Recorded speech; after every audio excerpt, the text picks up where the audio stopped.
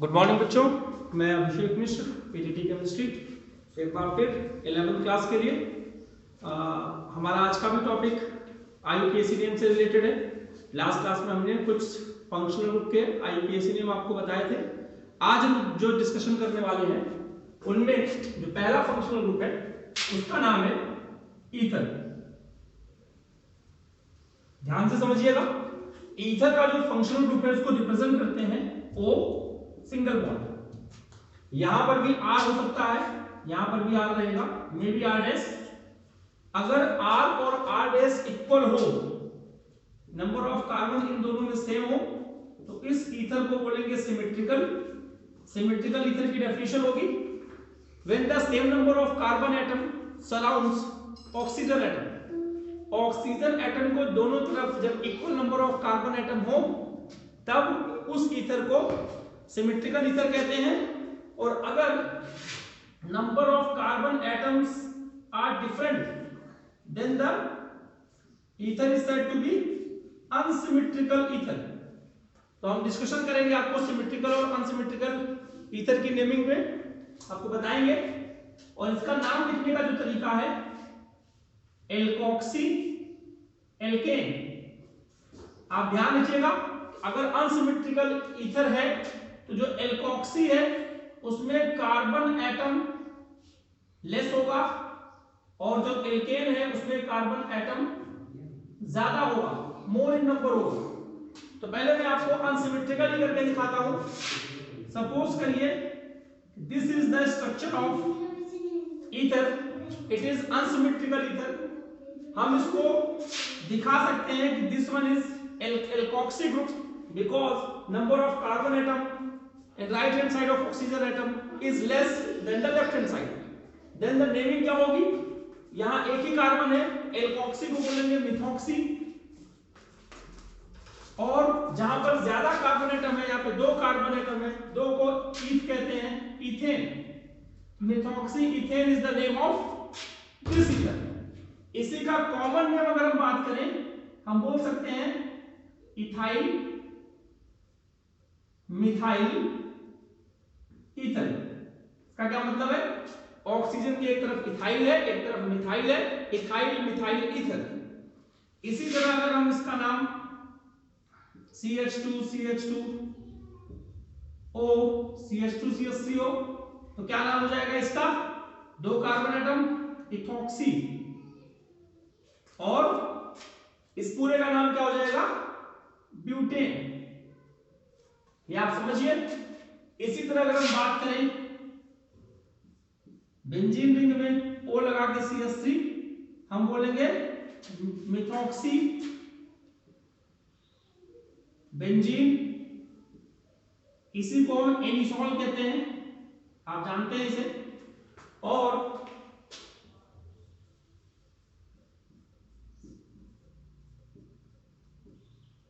इसे बोल सकते हैं हम इथॉक्सी बेंजीन। समझिएगा आप इस स्ट्रक्चर को जरा, O CH CH3 CH3। तो कार्बन की लंबी चेन पर ध्यान दीजिए, 1 2 3। तो सेकंड कार्बन पे मिथॉक्सी है, इसका आपको ध्यान देना पड़ेगा।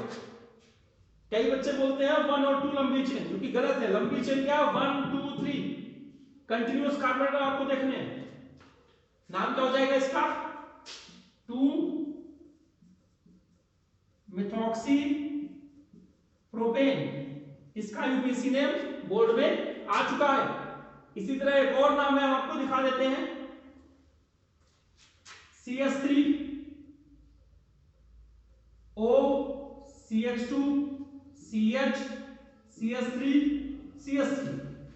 अब 1 2 3, तो 1 पे मिथॉक्सी है, 2 पे मिथाइल है।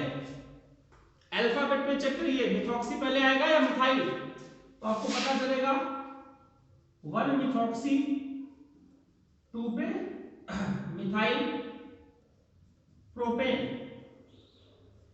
ये पूरी ईथर की नेमिंग है। उम्मीद है कि आपको ये बात समझ में आ रही होगी। और अगर दोनों तरफ equal number of carbon atom है, यानी वो सिमेट्रिकल है, उसकी नेमिंग देखिए कितनी आसान हो जाएगी। This is called methoxymethane, second one is called ethoxyethane, क्योंकि दोनों तरफ equal number of carbon atom है। Third one is called propoxypropane, last one is called phenoxybenzene. ये फिनॉक्सी और ये बेंजीन। अब common name di methyl ether, दो methyl है यहां पे, di ethyl ether, di propyl ether, di phenyl ether. तो ये था हमारा ईथर के बारे में आईयूपीएसी नेम। उम्मीद है आपको समझ में आया होगा। अब जो अगला फंक्शनल ग्रुप है जिसके बारे में हम बताएंगे आपको, उसका नाम है ester. Ester sweet smelling compound है, 10th क्लास में आपने पढ़ा हुआ है। ये इसका सिंबल है। अब यहां पर ये देखना है, इसको बोलते हैं एल्काइल, इस वाले पार्ट को बोलते हैं एल्काइल, और इसको पूरे को बोलते हैं एल्केनोएट। यहां पर ध्यान रखिएगा, इस आर में कार्बन कम हो या ज्यादा उससे कोई फर्क नहीं पड़ता। सी डबल बॉन्ड ओ, सी ओ ओ के बाद जो आर है वो एल्काइल होगा हमेशा, whether it has less number of carbon atom और नॉट, उससे कोई मतलब नहीं है। और बड़े वाले पार्ट को एल्केनोएट कहा जाएगा। मैं आपको दिखा देता हूं ये स्ट्रक्चर बना के, H C double O CS3। तो C डबल O के बाद ये है मिथाइल, क्या बोलेंगे, मिथाइल। और इधर भी कितने कार्बन एटम है, एक ही है, मीथेनोएट। दूसरा एग्जांपल देखिएगा, CS3 C double O CS3, फिर से मिथाइल, मिथाइल 5 मिनट बाद, इथेनोएट, मिथाइल इथेनोएट।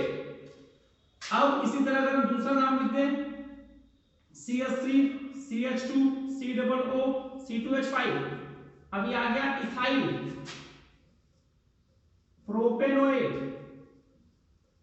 आप उम्मीद है प्रोपेनोएट इसके लिए कह रहे हैं, उम्मीद है बात समझ में आ रही होगी। CS3 C double O C2H5, ethyl ethanoate, HC double O C2H5,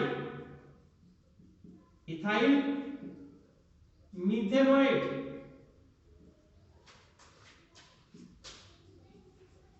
यहां पर बेंजीन रिंग,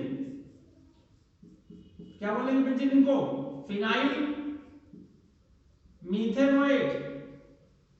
और अगर यही चेंज कर दिया जाए बेंजीन रिंग को सी डबल ओ के साथ कर दिया जाए, नाम हो जाएगा मिथाइल बेंजोएट। आराम से समझिए, उम्मीद है कि ये स्ट्रक्चर आपको समझ में आ रहे होंगे, इनका आईयूपीएसी नेम आपको समझ में आ रहा होगा। फिर से आप एक बार इस वीडियो को देखिएगा, बार बार देखिएगा और फिर कोशिश करिएगा इसे नाम लिखने की। उम्मीद है कि आपको समझ में आएगा। और ये सारी नेमिंग 12th क्लास में एज इट इज पढ़ाई जाएगी भाई। एस्टर के बाद जो हमारा ग्रुप है, हम बात करते हैं अमीन की। अमीन को बोलते हैं NH2। तो इस पर लास्ट में अमीन लगाते भी हैं, जैसे एक ही कार्बन का मीथेनामीन, मीथेन और एमीन को मिला के मीथेन अमीन। अब इसे हम मिथाइल एमीन भी कह सकते हैं कॉमन नेम में, मिथाइल एमीन। दूसरा इथेनामीन, प्रोपेनामीन, प्रोपेन 2 एमीन।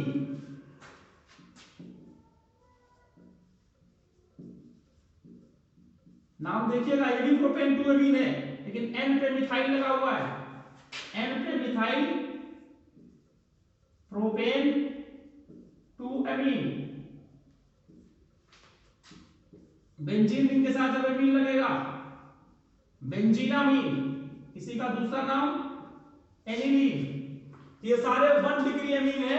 मैं आपको बता दूं RNH2 ये 1 डिग्री एमीन का स्ट्रक्चर है, RNHR ये 2 डिग्री एमीन का स्ट्रक्चर है, RNRR ये 3 डिग्री एमीन का स्ट्रक्चर है। तो 1 डिग्री एमीन का स्ट्रक्चर हमने आपको डिस्कस किया। अब हम आपके साथ 2 डिग्री एमीन का स्ट्रक्चर बताते हैं, CH3NH CH3। N पे मिथाइल, N पे मिथाइल मीथेनामीन, मीथेना, N पे मिथाइल मीथेनामीन, ये N पे मिथाइल है और ये मीथेनामीन है। और अगर ज्यादा कार्बन एटम हो और कम कार्बन एटम का कॉम्बिनेशन हो तो कम वाले को बोलेंगे N पे मिथाइल एल्काइल ग्रुप और बड़े वाले को बोलेंगे इथेनामीन। क्या बोलेंगे? इथेनामीन। इसी तरह बेंजीन रिंग में लगा हुआ हो N पे मिथाइल बेंजीनामीन या फिर एनिलीन, आपकी मर्जी। N पे मिथाइल एनिलीन भी बोल सकते हैं। ये सारे 2 डिग्री के एग्जांपल हैं। 3 डिग्री के लिए देखिए CH3N CH3 नाम देखिए N, डाईमिथाइल, N, डाईमिथाइल मीथेनामीन। और कॉमन नेम अगर आप जानेंगे, कॉमन नेम लिख सकते हैं ट्राईमिथाइल एमीन। 3 बार मिथाइल ग्रुप यहां पर है। इसी तरह अगर अनसिमेट्रिकल की बात हो रही हो, इसको देखिए क्या बोलेंगे इसको, N, डाईमिथाइल इथेनामीन। बड़े कार्बन को एमीन में ले जाएंगे, इथेनामीन। और अगर एक बेंजीन के साथ हो रहा हो N, di methyl aniline, N di methyl aniline. उम्मीद है कि एमीन का स्ट्रक्चर आपको समझ में आ रहा होगा। आप कोशिश कीजिएगा 1 डिग्री 2 डिग्री 3 डिग्री एमीन के स्ट्रक्चर को बनाने की, उनका आईयूपीएसी नेम लिखने की। तो मैंने आपको ईथर बताया, एस्टर बताया, अमीन बताया। अब आप देखिए नाइट्राइल। नाइट्राइल होता है NITRILE, CN ग्रुप को बोलते हैं, साइनाइड भी बोलते हैं कॉमन नेम इसे।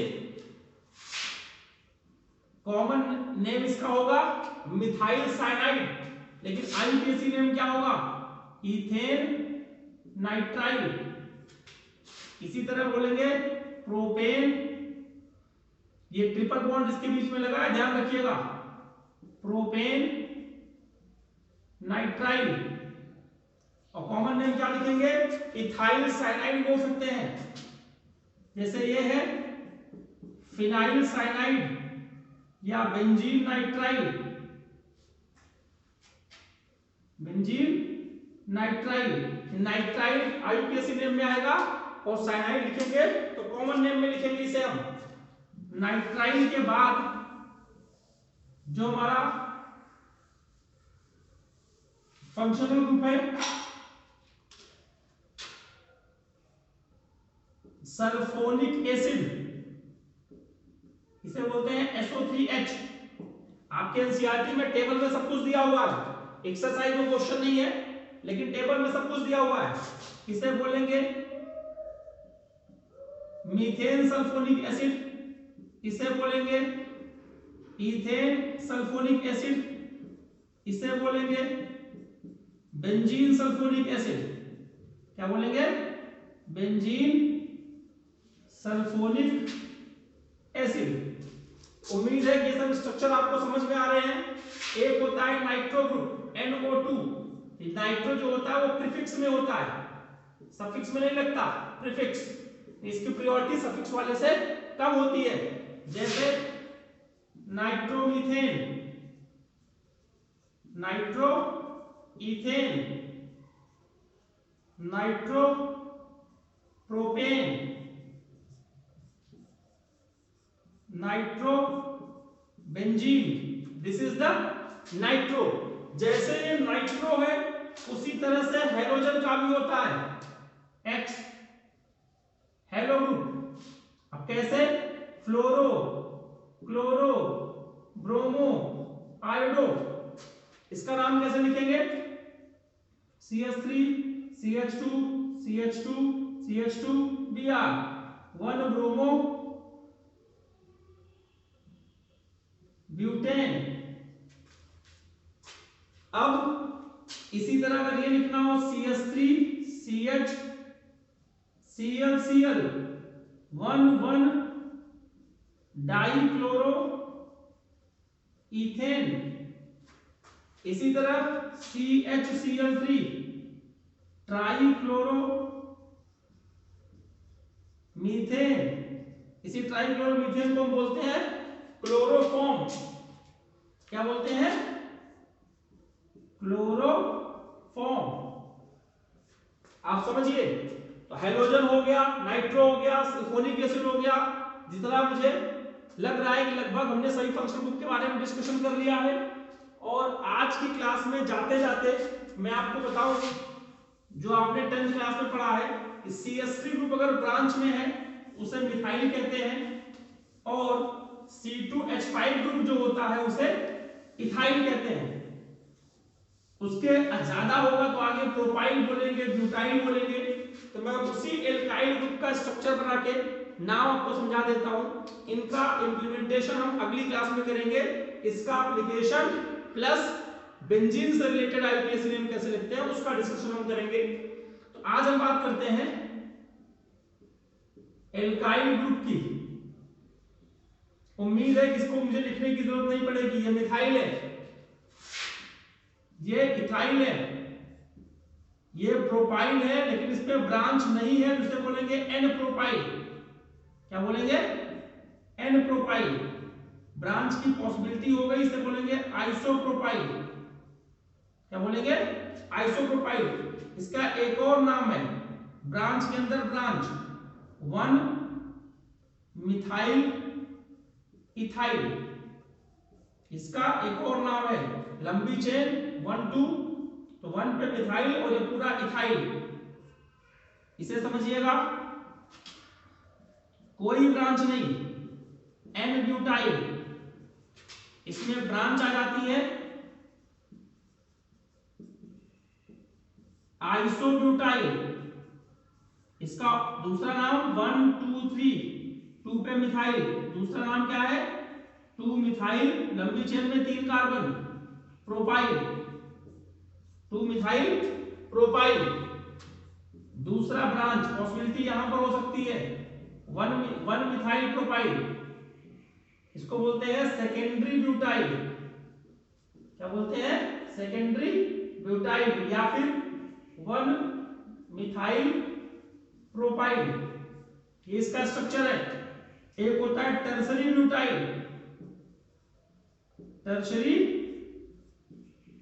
Tertiary butyl. इसको बोल सकते हैं और करके 1 डाई मिथाइल इथाइल। इसका एप्लीकेशन अगली क्लास में सिखाएंगे हम आपको। CH2, इसमें देखिए कार्बन आपको 5 लिखेंगे, इसे बोलेंगे नियोपेंटाइल। नियोपेंटाइल। अब नियोपेंटाइल को क्या लिखेंगे और करके 2,2 di methyl propyl, 2 di methyl propyl. और अगर बेंजीन रिंग आपका ब्रांच में है इसे बोलेंगे फिनाइल। ये जरा आप समझिए, ये सारे एल्काइल ग्रुप, इनकी प्रायोरिटी किसी भी फंक्शनल ग्रुप से कम होती है, इसलिए इनको पहले लिखते हैं प्रीफिक्स के रूप में। और कौन सा एल्काइल ग्रुप पहले आएगा? जो अल्फाबेटिकली पहले आता हो। तो उसका सारा एप्लीकेशन हम अगली क्लास में देखेंगे।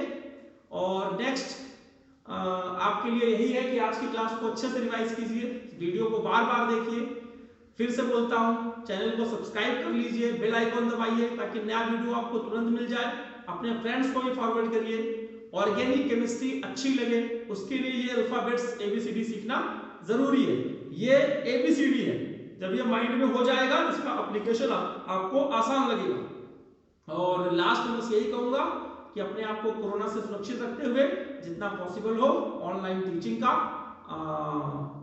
बेनिफिट्स जितना हो सकता है आप लोग लीजिए, अपने कंटेंट को एनरिच कीजिए। बाकी अगले क्लास में। धन्यवाद।